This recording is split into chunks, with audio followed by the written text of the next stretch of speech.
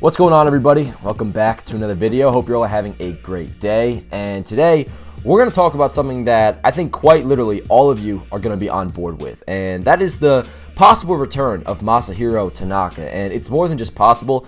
In a way, I consider to be quite likely. So we're going to get right into it. But before we do, please do me a favor. Drop a like on this video. It helps me out a lot, helps with the video, helps with the channel, all those things a great deal. So I appreciate you guys in advance for that. But yeah, let's get right into it. For those who might be a newer or a younger fan, if you're not aware of the brilliance that is Masahiro Tanaka, back in 2014, the Yankees signed him over from Japan on a massive, and it was massive at the time, I think 5th largest for a pitcher at the time, a 7-year, $155 million contract, and it was well-deserved. Tanaka, he was a superstar in every sense of the word, and he was putting up historic numbers at just age 25 years old over there. And the Yankees, with CC Sabathia on the downward trend, they were in desperate need of an ace. And while he wasn't officially named the opening day starter or anything, he was one of the best pitchers in baseball during his first season with the Yankees. Through his first 18 starts with a 12-4 record and a 2.51 ERA, Tanaka, he was a legitimate Cy Young candidate at the time.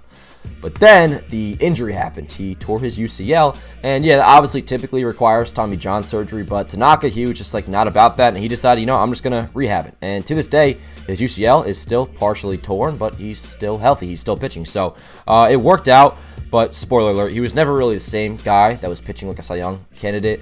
Instead of being an ace, he was more so a reliable number 3, maybe a number 4. He was solid, but not great, to put it simply. But what became quite obvious over the years was that while, yes, he wasn't one of the best pitchers in baseball, there was just like something about Tanaka to where he seemed to always show up in the big moment, and that proved to make him a really good, an excellent pitcher, really, in the postseason, at least up until the last year of his deal.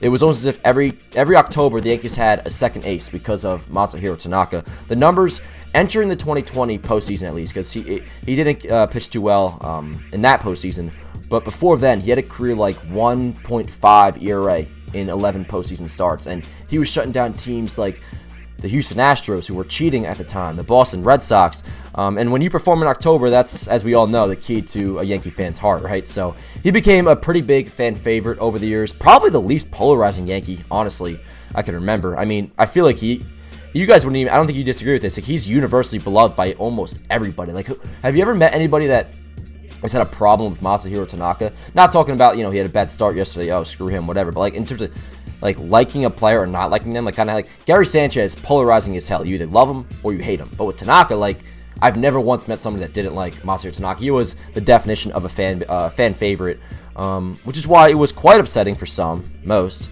that after the 2020 season, the Yankees, they chose to part ways with Tanaka. And it's not like he had a bad year in the COVID-shortened schedule. Over 10 starts, he had a 3.56 ERA, and he posted his lowest walk rate since he was a rookie. Granted, it was only in 48 innings, but still. The Yankees, they opted for paying Corey Kluber $11 million when they could have paid Tanaka like 10 to 15. He wanted to be a Yankee, and he made that pretty clear. And that's what makes it kind of more sad. He said he was like, it's either the Yankees or I'm going back to Japan, and that's what happened. He went back to Japan on a 2-year deal. But I don't know how many people realize this. If you read the fine print, he has an opt-out after year 1, meaning he can opt out after the 2021 season, which I'm not sure if they got playoffs going on over there in Japan, but that is after the conclusion of the World Series. So at any day now, any week now, we can hear that Masahiro Tanaka is opting out, and apparently it's quite possible. And Brian Cashman himself, he said last year that the door on Tanaka's career as a Yankee was certainly wasn't closed just because they didn't re-sign him. And when Tanaka announced he was leaving last year, he specifically said for the 2021 season, even though he signed a 2-year deal.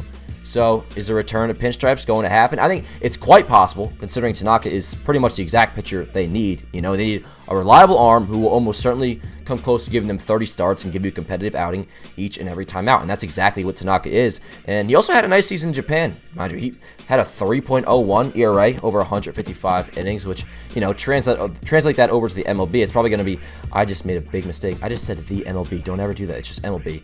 Translating that over to MLB, maybe he's like a 4 ERA pitcher, but I don't think we really need to look too much into it. He'd probably just be what he was when he was here. I mean, he was here as recent as the 2020 season. Like I said, the 2020 season, he had like a 3.5 ERA. He's probably right around that. Probably a 3.5 ERA to a 4 ERA. Even if Tanaka were to come back and be a 4.2 ERA pitcher, give us 30 starts, and then show up in the postseason like he normally does, I think any Yankee fan would take that, myself included.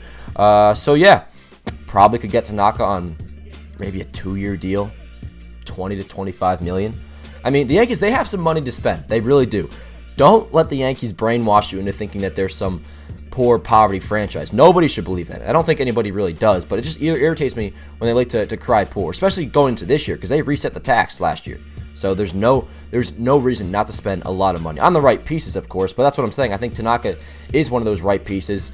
Everybody in the clubhouse loves him, and he's a good pitcher. He's a solid pitcher. I always said this when he was on the team. The Yankees rotation, they should make it good enough to where he would be their number 4 starter going into October. And the way it lines up right now, he probably would be, right? I mean, you have, Garrett Cole, Luis Severino as your number 2, Jordan Montgomery as your number 3, and then Tanaka could be your number 4, and then you also have guys like Domingo Germán, Nestor Cortez, Luis Gil. So the Yankees pitching is actually in pretty good shape going into next year, but they do need, I think, one more reliable starter. I don't think anybody would disagree with that. So, yeah, let me know what you guys think about this. Do you want Tanaka back? I'm going to assume the answer is going to be yes, but maybe you think that he's old and his time is in the past. He's not good anymore. I don't know. But, yeah, that's going to do it for this video, guys. And one more thing. If you didn't hear, I put it on a community post and I put it on Instagram. We are now on Spotify. We should be on Apple soon, but there's going to be the audio edition of the Yankees Avenue YouTube channel. So if you prefer to, hear me blabber on during your morning commute or whenever, I don't know, if you're at the gym, whatever, and you want to have an audio edition of this YouTube channel, every video that I post is going to be going up on there as an audio-only edition. So look up Yankees Avenue on Spotify. You can find that. Hit subscribe, rate, all that stuff. I don't really know how podcasting works, or the Spotify, Apple platforms, whatever. That's going to do it for this video, guys. Hope you all enjoyed, and I'll see you guys next time. Let's go, Yankees.